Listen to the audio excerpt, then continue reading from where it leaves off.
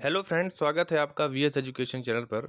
तो फ्रेंड्स, जैसा कि आप सभी जानते हैं कि वर्ग एक में पदवृद्धि को लेकर के तमाम प्रयास, चाहे वो मतलब ग्राउंड लेवल पर हो, है ना, ज़मीनी स्तर पर प्रयास हो, या फिर आपका कानूनी स्तर पर हो, या फिर आपका ये विधायिका के लिए हो, हर तरह से मीडिया, सोशल मीडिया, हर जगह पर इसके चर्चा है और काफ़ी ये ज्वलंत मुद्दा धीरे धीरे कर कर बनता जा रहा है।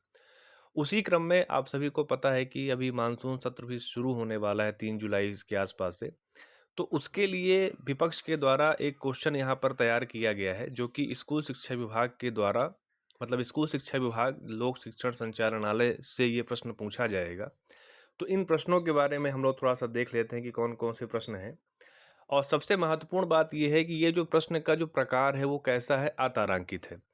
प्रश्न जो होते हैं विधानसभा हो या फिर लोकसभा, वहाँ पर दो तरह के प्रश्न पूछे जाते हैं। एक तारांकित, जिसको स्टार्ड क्वेश्चन कहा जाता है, और एक होता है अतारांकित, जिसको कि मतलब जो स्टार्ड नहीं है वो क्वेश्चन वहाँ पर पूछे जाते हैं।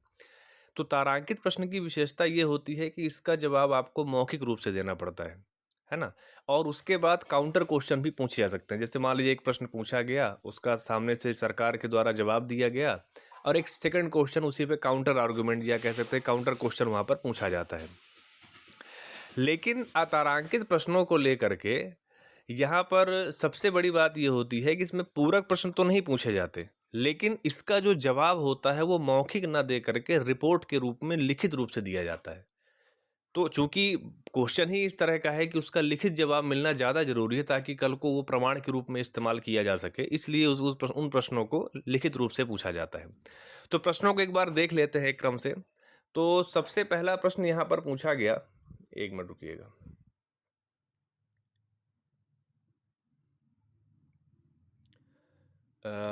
पहला प्रश्न यहाँ पर ये पूछा गया कि स्कूल शिक्षा विभाग अंतर्गत उच्च माध्यमिक शिक्षक वर्ग एक के सीधी भर्ती हेतु विषयवार कुल स्वीकृत पदों की संख्या से संबंधित जानकारी माह मई 2024 तक की स्थिति में, तथा स्कूल शिक्षा विभाग अंतर्गत उच्च माध्यमिक शिक्षक वर्ग एक की सीधी भर्ती हेतु कुल रिक्त पदों की विषयवार जानकारी माह मई 2024 तक की स्थिति में प्रदान की जाए।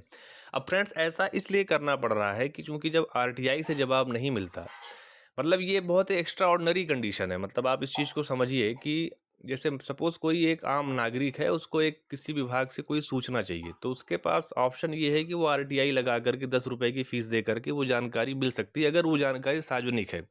किसी की व्यक्ति विशेष से जुड़ी हुई जानकारी है तो वो आपको आरटीआई में नहीं दी जाएगी।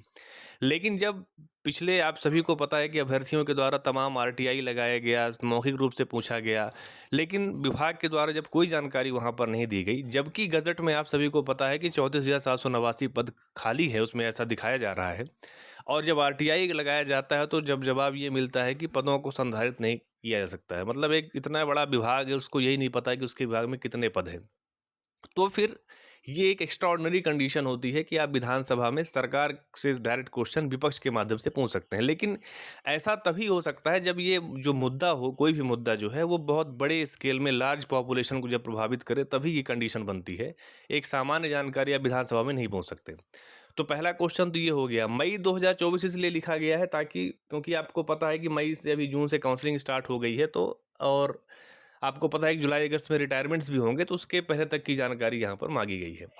दूसरा क्वेश्चन यहाँ पर यह है कि स्कूल शिक्षा विभाग अंतर्गत माध्यमिक शिक्षक वर्ग 2 के सीधी भर्ती हेतु विषयवार स्वीकृत पद तथा रिक्त पदों की जानकारी माह मई 2024 तक की स्थिति में प्रदान की है। क्योंकि अब देखिए फ्रेंड्स, यहाँ पर कैंडिडेट्स के हितों का सवाल है, तो सिर्फ वर्ग एक ही क्यों, वर्ग दो का भी नोटिफिकेशन आना है तो उसकी भी जानकारी दे दी जाए, क्योंकि कल को ये विभाग का तो हालचाल सभी को पता है कि क्या करेगा।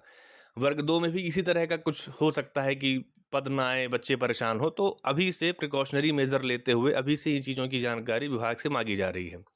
थर्ड क्वेश्चन ये है कि स्कूल शिक्षा विभाग अंतर्गत उच्च माध्यमिक शिक्षक वर्ग एक तथा माध्यमिक शिक्षक वर्ग 2 के सीधी भर्ती के कितने पद हैं जिन पर वित्तीय स्वीकृति है। तो एक प्रश्न ये भी, विभाग एक भी एक यहाँ पर एक और एक्सक्यूज हमेशा देता है कि हमारे पास पद तो 100 हैं, लेकिन वित्त विभाग ने सिर्फ 20 पदों की स्वीकृति दी है, क्योंकि वित्तीय स्थिति को देखते हुए हम 80 पदों पर भर्ती नहीं कर सकते, क्योंकि हमारे पास वित्तीय समस्या है। तो वित्तीय स्वीकृति के साथ हमें इस प्रश्न का जवाब दिया जाए, ताकि कल को आप ये एक्सक्यूज ना दे दें कि हमारे पास पद तो 1000 खाली है, लेकिन हम वित्तीय स्थिति को देखते हुए सिर्फ 100 पदों पर ही भर्ती कर पाएंगे, क्योंकि बहाने कुछ भी बनाए जा सकते हैं। तो उसको भी लेकर के यहाँ पर क्वेश्चन पूछा गया है। अब फ्रेंड्स आगे देख लेते हैं क्वेश्चन और क्या क्या है।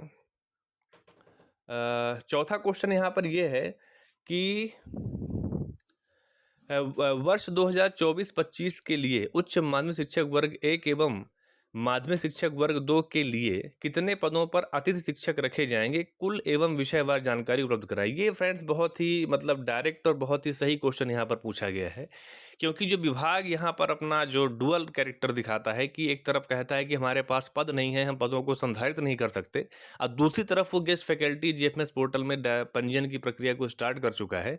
तो वो पंजीयन की प्रक्रिया की वजह से क्या हो रहा है कि अगर उनके पास पद वास्तव में नहीं है तो फिर अतिथियों को कहाँ पे रखेगा, है ना। तो इसलिए ये क्वेश्चन पूछना भी जरूरी, क्योंकि ये उसका एक तरह से आप कह सकते हैं कि काउंटर आर्गुमेंट उसका वहां पे बनेगा।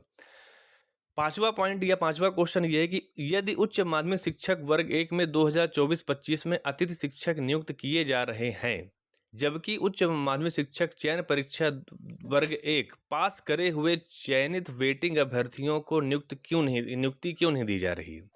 सही बात है, जब आपके पास टीचर्स हैं, मतलब आपने दो दो परीक्षा ले ली, मेरिट भी निकाल दिया, वेटिंग भी निकाल दिया, तो फिर अब उन्हीं को रिक्रूटमेंट दो। अब अतिथियों की क्या ज़रूरत है, क्योंकि अतिथि शिक्षा की अतिथि प्रणाली एक टेम्परेरी सिस्टम होता है, एक टेम्परेरी व्यवस्था होती है। इसका ये मतलब नहीं है कि आप उसको पैरेलल सिस्टम जैसे चलाओ, है ना। परमानेंट भर्ती एक तरफ आप रेगुलर टीचर्स की भर्ती निकालो, फिर उधर साइड आपका ये गेस्ट टीचर की भर्ती, है ना। तो ऐसे दो चीज़ें नहीं चल पाएंगी। तो ये यहाँ पर एक क्वेश्चन ये पूछा गया है। छठा क्वेश्चन ये है कि 2023-2024 में 10वीं तथा 12वीं के परिणाम खराब रहने के क्या कारण रहे हैं, तथा उन कमियों को दूर करने के लिए शिक्षा विभाग द्वारा क्या क्या कदम उठाए गए हैं। तो जैसा कि आप सभी जानते हैं कि 10th-12th का रिजल्ट खराब हुआ है काफ़ी ज़्यादा, मतलब आप कह सकते हैं देश में सबसे खराब रिजल्ट इस बार एमपी बोर्ड का आया है 10th और 12th का। और विभाग इस चीज़ को माना भी है कि शिक्षकों की कमी की वजह से ऐसा हुआ है। तो अब देखिए विभाग इसमें क्या जवाब देता है। 7वां क्वेश्चन ये है कि उच्च माध्यमिक शिक्षक चयन परीक्षा वर्ष 2023 के अंतिम परिणाम माह फरवरी 2024 में आने के उपरांत आज दिनांक चयनित शिक्षकों की काउंसलिंग प्रक्रिया तथा नियुक्ति प्रक्रिया प्रारंभ क्यों नहीं की गई है, तथा काउंसलिंग प्रक्रिया तथा नियुक्ति प्रक्रिया किस तिथि से प्रारंभ की जाएगी से संबंधित जानकारी प्रदान करें।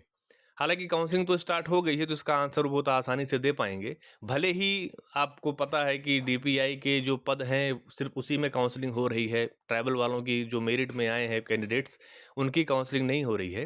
तो चूंकि जवाब डीपीआई से पूछा गया है तो बहुत ईजिली इसका आंसर वो दे पाएगा, लेकिन जो बाकी के जो क्वेश्चन है उस पर थोड़ा सा कठिनाई विभाग को हो सकती है। अब ये देखने की बात होगी कि वहाँ पर वो क्या इसका आंसर करते हैं।